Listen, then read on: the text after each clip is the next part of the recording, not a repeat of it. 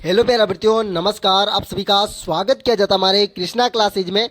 जैसे कि आप सभी को पता है, रीट का आपका पेपर है ना, जल्दी होने वाला है। इसके लिए हम राजस्थान जीके के इंपॉर्टेंट प्रश्न लेके आए हैं। चलो हम चलते हैं अपने पर्यावरण अध्ययन के साथ। किसके साथ? पर्यावरण अध्ययन के साथ। जो आपकी क्लास होने वाली है 8वीं क्लास। कितनी? 8वीं क्लास होने वाली है आज की है पर्यावरण अध्ययन की 8वीं क्लास है। चलो हम चलते हैं पहले प्रश्नों की ओर। और अभी तक आपने कृष्णा क्लासेज को सब्सक्राइब नहीं किया तो सब्सक्राइब कर ले और बेल आइकन को भी प्रेस कर दे इस वीडियो देखने के लिए। आपके सामने आपका पहला प्रश्न क्या कर रहे हैं साथियों, और सभी को कमेंट बॉक्स में आंसर देना है। और जो भी न्यू ईयर की जिसको भी गिफ्ट मिला है उस सभी को हार्दिक अभिनंदन, और उन सभी को ऐसा ही गिफ्ट मिलता रहे। और आप सभी भी आशा है कि आपको भी गिफ्ट मिले, है ना। पहला प्रश्न है, राजस्थान के किस जिले से 78 पूर्वी देशांतर रेखा गुजरती है? ऑप्शन में जोधपुर, ऑप्शन में बी है धौलपुर, ऑप्शन में सी आपका नागौर, ऑप्शन में डी आपका जैसलमेर। राजस्थान के किस जिले से 78 डिग्री पूरी देशांतर से रेखा गुजरती है? बिल्कुल जी, जैसलमेर होगा आपका। बिल्कुल जी, जैसलमेर। अगला ही प्रश्न आपके सामने, आपका दूसरा प्रश्न क्या कह रहा है? दूसरा प्रश्न है, देखो, राजस्थान के कौन से जिले अंतर्राष्ट्रीय सीमा पर हैं? राजस्थान से कौन से जिले जो अंतर्राष्ट्रीय सीमा पर हैं? श्री गंगानगर, हनुमानगढ़, चूरू, झुंझुनू। भाई देखो, चूरू नहीं है ना, झुंझुनू। ये अंतर्राष्ट्रीय सीमा देखो, श्री गंगानगर है, हनुमानगढ़ है। बिल्कुल जी। बाड़मेर, बीकानेर, नागौर, जोधपुर। गंगानगर, बीकानेर, जैसलमेर, बाड़मेर, उदयपुर, चित्तौड़गढ़, भीलवाड़ा, राजसमंद। आपको आंसर आया होगा गंगानगर, बीकानेर, जैसलमेर, बाड़मेर, है ना।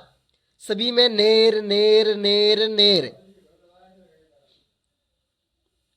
अगला प्रश्न आपके सामने, आपका तीसरा प्रश्न आया है, आदिवासियों का कुंभ मेला कहाँ लगता है? आदिवासियों का कुंभ मेला कहाँ लगता है? ऑप्शन में है श्री गंगानगर, ऑप्शन में बी है बाड़मेर, ऑप्शन में सी आपका डूंगरपुर, ऑप्शन में डी आपका उदयपुर। आदिवासियों का कुंभ मेला, कपिल मुनि का मेला, आदिवासियों का कुंभ मेला, जल्दी से। आदिवासियों का कुंभ मेला कहां लगता है? जल्दी से बताइए। बाणेश्वर धाम, डूंगरपुर में आदिवासियों का कुंभ मेला लगता है, बाणेश्वर धाम, जिसे 100 माई मानस का। अगला प्रश्न आपके सामने होगा, चौथा प्रश्न क्या कह रहा है? राजस्थान क्षेत्रफल के आधार पर सबसे छोटा जिला धौलपुर, उदयपुर, बांसवाड़ा, उदयपुर। भाई उदयपुर 2 बार आ गया, कोई नहीं। आपका बिल्कुल जी पहला ऑप्शन होगा धौलपुर सबसे छोटा जिला है। यहां पर देखो, अगला प्रश्न आपके सामने, आपका पांचवा प्रश्न क्या पूछा गया है? भौगोलिक दृष्टि से राजस्थान का देश में स्थान है? भौगोलिक दृष्टि से पहला, तीसरा, चौथा, छठा। जल्दी से बताए। तीसरा स्थान, बिल्कुल जी तीसरा स्थान हो जाएगा। अगला प्रश्न आ रहा है, छठा प्रश्न है, राजस्थान के वह जिले जो अंतर्राष्ट्रीय सीमा बनाते हैं? राजस्थान के वह जिले कौन से? वह जिले जो अंतर्राष्ट्रीय सीमा बनाते हैं? जैसलमेर, गंगानगर, बाड़मेर, उपयुक्त सभी। बिल्कुल जी, उपयुक्त सभी तीनों ही है। वो गंगानगर, जैसलमेर है, गंगानगर है, बाड़मेर है, तीनों ही अंतर्राष्ट्रीय सीमा बनाते हैं।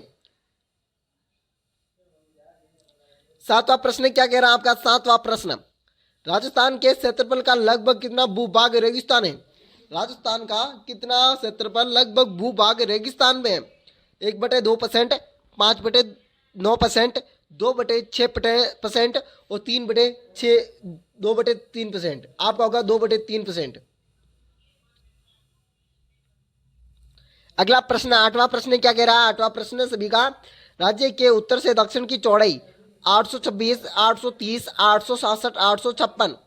उत्तर से दक्षिण की चौड़ाई बतानी है भाई। बिल्कुल 826 होगा। तो 869 किसका है? 826 इसका उत्तर से दक्षिण का है। तो पूर्व से पश्चिम की ओर होगा 869। ठीक है ना, ये याद रखना है। नवा प्रश्न आपके सामने आ रहा है। नवा प्रश्न, राजस्थान का कौन सा जिला मध्य प्रदेश के 2 बार सीमा लगता है? मध्य प्रदेश से 2 बार सीमा, कोटा, झालावाड़, उदयपुर और सीकर। जल्दी से नवे प्रश्न का राइट आंसर देना है सभी को। 2 बार जल्दी से बताइए, कमेंट बॉक्स में आंसर कर दीजिए एक प्रश्न का। 10वां प्रश्न है, एक देशांतर रेखा से दूसरे देशांतर रेखा के बीच, एक रेखा के बीच दूसरे रेखा के बीच कितना समय अंतराल है? इस बीच के बीच समय अंतराल बताए। 4 मिनट, 15 मिनट, 20 मिनट, 25 मिनट? बिल्कुल जी 4 मिनट का होगा, 4 मिनट। देशांतर रेखा का होगा 4 मिनट। 11 प्रश्न है, राजस्थान क्षेत्रफल भारत के कुल क्षेत्रफल का कितना प्रतिशत है? जो राजस्थान का क्षेत्रफल है वो भारत के कुल क्षेत्रफल का कितना परसेंट है? 7.9%, 10.4%, 2.88%, 47.99%। बिल्कुल जी, ये नहीं होगा, ये नहीं होगा, ये नहीं होगा, ये होगा 10.4%।